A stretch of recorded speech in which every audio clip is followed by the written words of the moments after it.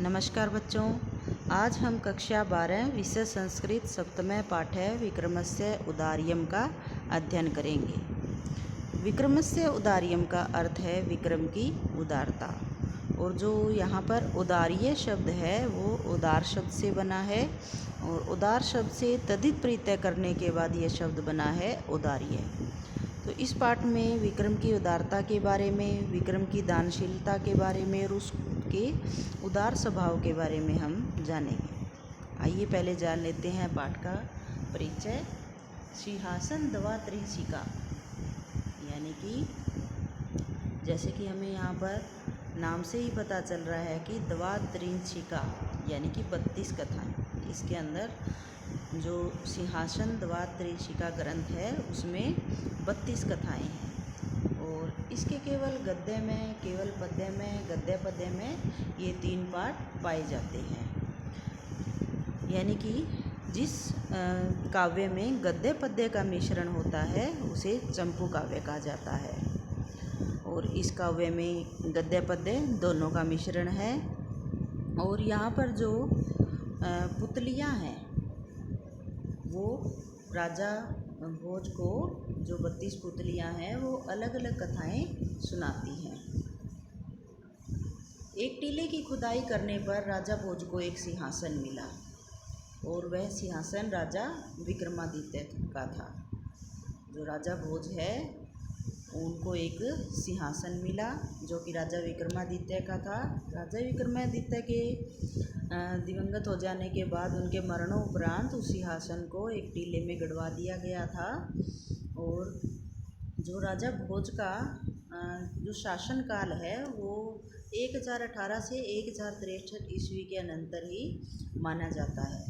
तो शुभ मुहूर्त में राजा भोज उस सिंहासन पर बैठना चाहते थे, लेकिन जो सिंहासन पर 32 पुतलिकाओं की प्रतिमाएं बनी हुई थी, जो अलग अलग पुतलिकाएं थी, वो राजा विक्रमादित्य से अलग अलग जो राजा भोज को राजा विक्रमादित्य की अलग अलग कथाएं सुनाती हैं और उनके गुणगान का बखान करती हैं और बार बार राजा भोज को सिंहासन पर बैठने से रोकती हैं। और प्रत्येक पुतलिका ने राजा भोज से यही प्रश्न किया कि क्या तुम में विक्रम जैसा गुण है? यदि है तो इस सिंहासन पर आप बैठ सकते हो और अन्यथा आप इस सिंहासन पर नहीं बैठ सकते। आगे दिया गया है, पुनरपि राजा सिंहासने समुपवेष्टम गच्छति। पुनरपि का मतलब है फिर से, राजा का मतलब राजा, सिंहासने सिंहासन पर, समुपवेष्टुम बैठने के लिए, गच्छति जाता है। फिर से राजा सिंहासन पर बैठने के लिए जाता है। और यहाँ पर जो समुपवेष्टुम है उसका अर्थ तो है बैठने के लिए। तो यहाँ ये जो सम और उपसर्ग, इसमें सम और उप 2 उपसर्ग हैं और उसके बाद इसमें विश धातु है और उसमें तुमुन प्रत्यय है। तुमुन प्रत्यय का उपयोग चतुर्थी विभक्ति की जगह होता है, अर्थात यहाँ पर जो तुमुन प्रत्यय का प्रयोग हुआ है वो के लिए प्रयोग हुआ है। ततो अन्य पुतलिका संवदत, तभी दूसरी पुतली ने कहा। ततो यानी तभी, अन्य दूसरी, पुतलिका पुतली, संवदत कहा। ततो अन्य पुतलिका संवदत, तभी दूसरी पुतली ने कहा, भो राजन एतत् सिंहासने तेनेव अध्यासितव्यं यस्य विक्रम तुल्यम उदार्यम अस्ति। तभी दूसरी पुतली ने क्या कहा कि यहाँ पर जो देखिए, यहाँ पर जो अध्यासितव्यम है इसमें तव्यत प्रत्यय है। तो जो तव्यत और अनियर प्रत्यय हैं वो चाहिए के लिए प्रयोग होते हैं। तो हम देखते हैं जो पुतलियाँ हैं वो क्या कहती हैं, एतत् सिंहासने यानी कि इस सिंहासन पर, तैनेव उसी के द्वारा, अध्यासितव्यम बैठना चाहिए, यस्य यानी कि जिसकी, विक्रम तुल्यम विक्रम के समान, उदार्यम अस्ति और जिसकी विक्रम के समान उदार्य है। यानी कि पुतली जो कहने लगे कि हे राजा, इस सिंहासन पर उसी के द्वारा बैठा जाना चाहिए जिसकी उदारता विक्रम के समान है। भोजनोक्तम भोपुतली के कथय तस्य औदार्यम। तो उसके बाद जो राजा भोज हैं उन्होंने कहा कि हे पुतली, कथम यानी कि कहिए, तस्य उदारम उनकी उदारता को कहिए। सावती वह बोली, राजन यस तरती नाम पूर्यति। यहाँ पर यह जमा में तू, जमा में अर्थी नाम, ये इसका संधि विच्छेद है यस तर्थी नाम का। तो जो याचकों की इच्छा पूरी करता है, तस्य अपसितम देवै,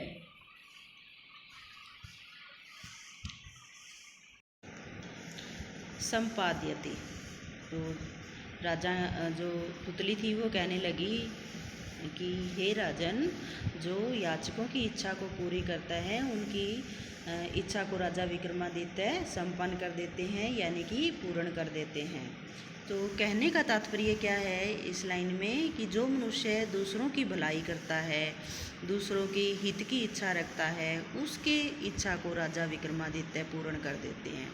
यहाँ पर पुतली राजा विक्रमादित्य के जो गुणगान कर रही है, उनके उदार स्वभाव का बखान कर रही है। यचोक्तम, यचोक्तम का मतलब जैसा कि कहा भी गया है।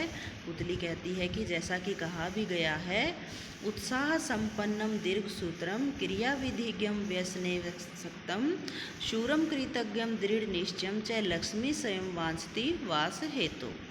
उत्साह संपन्नम दीर्घ सूत्रम, उत्साह संपन्नम का मतलब उत्साह से पूर्ण व्यक्ति, दीर्घ सूत्रम यानी कि जल्दी काम करने वाले व्यक्ति के पास, क्रिया विधिज्ञम क्रिया की विधि को जानने वाला, वैष्णे सवसक्तम अर्थात वैष्णे का मतलब यहाँ वैष्णों से यहाँ बच जाएगा, असक्तम का मतलब आसक्ति। तो जो वैष्णे आसक्तम का अर्थ है बुरे वैष्णों में और बुरे गुणों में लगाव न रखने वाले को। शूरम का अर्थ है शूरवीर के पास, कृतज्ञम अर्थात किसी के उपकार को मानने वाले के पास, दृढ़ निश्चयम यानी कि दृढ़ निश्चय वाले व्यक्ति के पास लक्ष्मी स्वयं वांछती यानी कि चाहती है, अर्थात व्यक्ति का वहाँ पर जो लक्ष्मी ही वास करना चाहती है। तो इसका अर्थ है जो मनुष्य उत्साहयुक्त यानी कि जो व्यक्ति उत्साहपूर्ण होता है, जल्दी काम करने वाला व्यक्ति होता है, निरर्थक लंबी योजनाएं नहीं बनाने वाला होता है, क्रिया विधि का ज्ञाता होता है, वैष्णव यानी कि बुरे कर्मों से दूर होता है, शूरवीर, कृतज्ञ दूसरों के उपकार को मानने वाला तथा दृढ़ निश्चयी होता है, ऐसे मनुष्य के पास लक्ष्मी स्वयं निवास करती है। तो प्यारे बच्चों, मैं आशा करती हूँ कि आज का जो ये हिंदी अनुवाद है सप्तम पाठ का, पाठ 7 का, वो आपको अच्छे से समझ में आ गया होगा। तो आप इसको पाठ को पढ़िए और अच्छे से रीड कीजिए। धन्यवाद।